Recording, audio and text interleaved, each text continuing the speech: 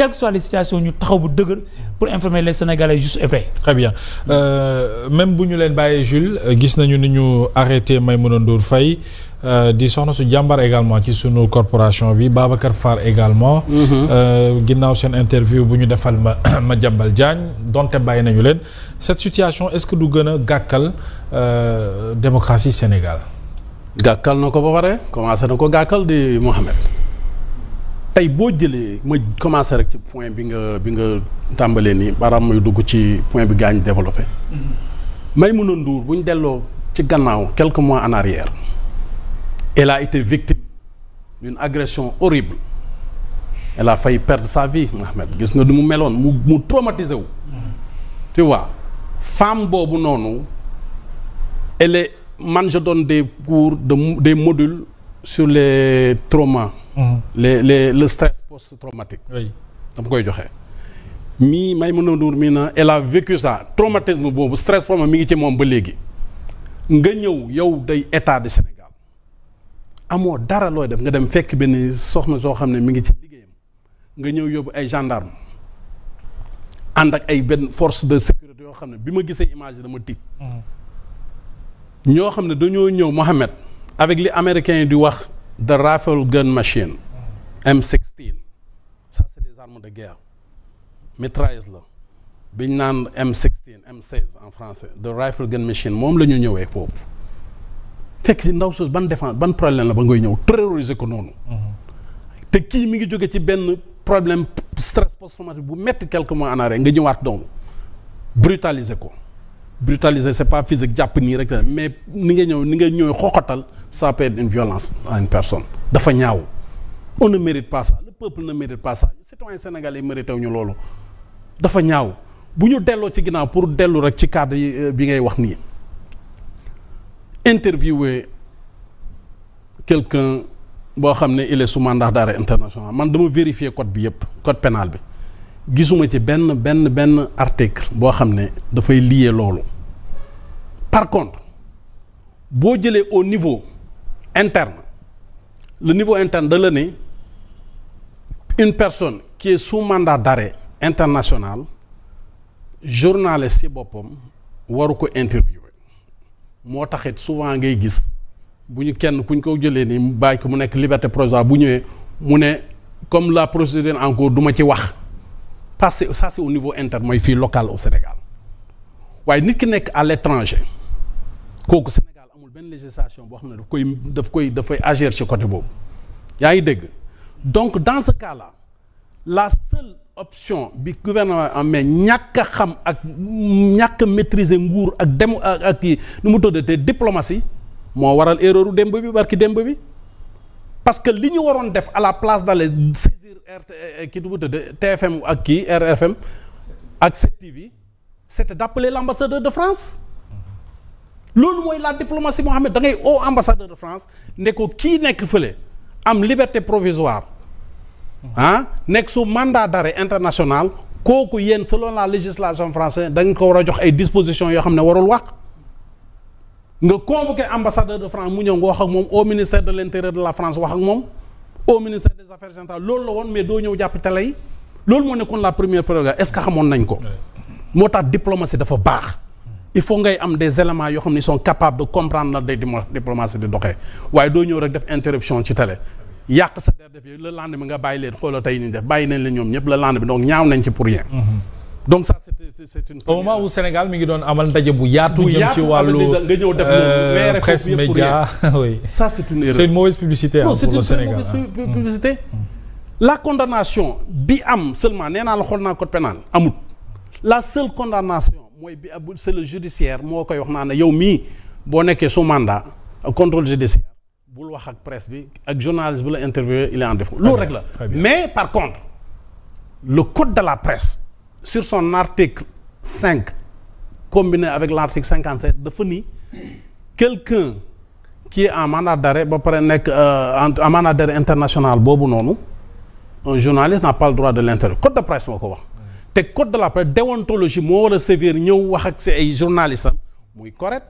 mais c'est pas l'état de sévir. sunu tribunal. dafa ñaaw seen tribunal yéen. moo war a mais l'État warul agir noonu. État dafa nekk pour protéger les citoyens sénégalais. dégg nga donc instant yi ñu nekk nii ñun fi mu nekk nii dañoo jaaxle ci Sénégal. Mohamed j'ai fait une petite liste. xoolal déglul nii may wax ak sénégalais yëpp xoolal déglu leen sama gaañ yi. arrestation journaliste depuis sama gaañ yi mu ñu nekk petite liste que j'ai fait mai 2024 Pape Moussa Traoré directeur de la publication. moom moo ubbi baal bi. moo ubbi baal bi. nga ñëw Cheikh Yérim octobre 2024 ci même octobre 2024 le 2 octobre président suñu président Bougane Gueye Dany le 2 octobre mooy bi muy contester les chiffres de Sonko. nga ñëwati le 19 octobre sur ce même mois 2024 ñu jàpp ko mooy affaire Bakel bi. Adama Gueye le 22 novembre. yaa ngi dégg yaa ngi koy fàttaliku. nga jóge foofu Simon Pierre Faye en avril 2025 nga ñëw Abdou Nguer le 20 mai 2025 Moustapha Diakhaté c'est le seul homme politique ci ñi ma ci liste bi ni Moustapha Diakhaté le 10 juin Badara Gadiaga le 9 juillet ak tey jii nii ñu nekk nii muy suñu doomu ndey sama doomu Ahmed sama xarit Ahmed Ndoye fu ñu jëm en garde à vue d'ailleurs en 1 an et demi xoolal liste bi nu mu bëree noonu.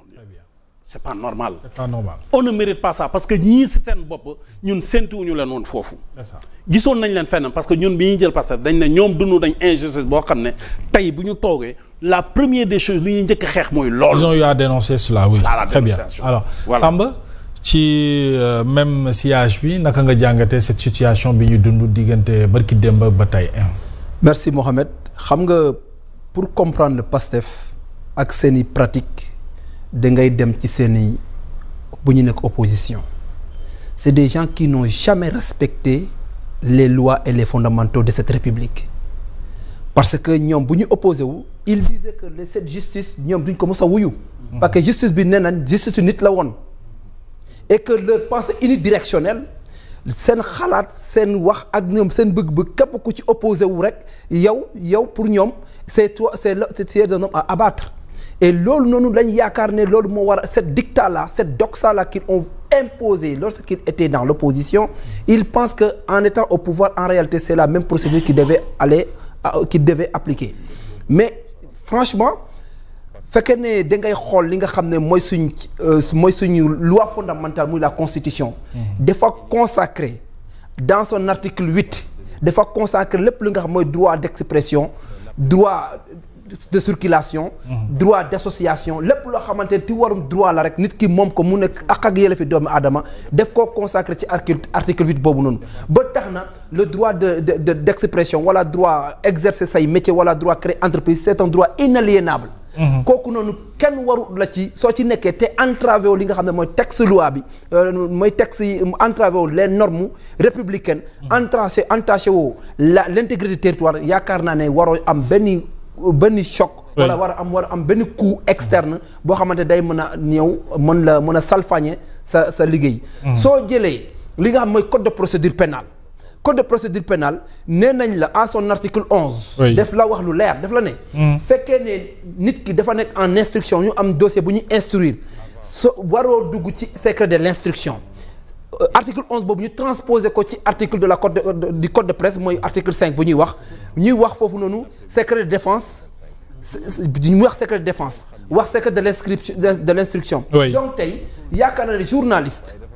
bi nga xam ne il maîtrise très bien son métier Maïmouna Ndour Faye kenn du wax ne kooku noonu il ne maîtrise pas ce qu'elle est en train de faire ñëpp xam nañ ne journal bu chevron la journal de chair la Babacar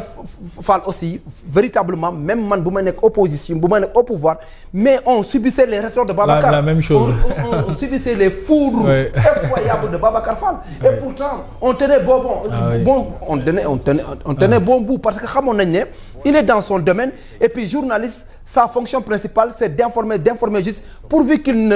ne fait pas une trahison de sa pensée et la trahison de l'information qu'il est en train de traiter mais véritablement su koy joxee dans les règles de l'art véritablement waru def subir benn coup de la justice et loolu noonu on voit qu'aujourd'hui ces journalistes sont en train d'être persécutés sont en train d'être bâillonnés sont en train d'être embastillés en prison comme ñoo xamante ne c'est des criminels ou des délinquants de grande échelle et loolu du dëgg du yoon dans une république normale et que je dis am na jurisprudence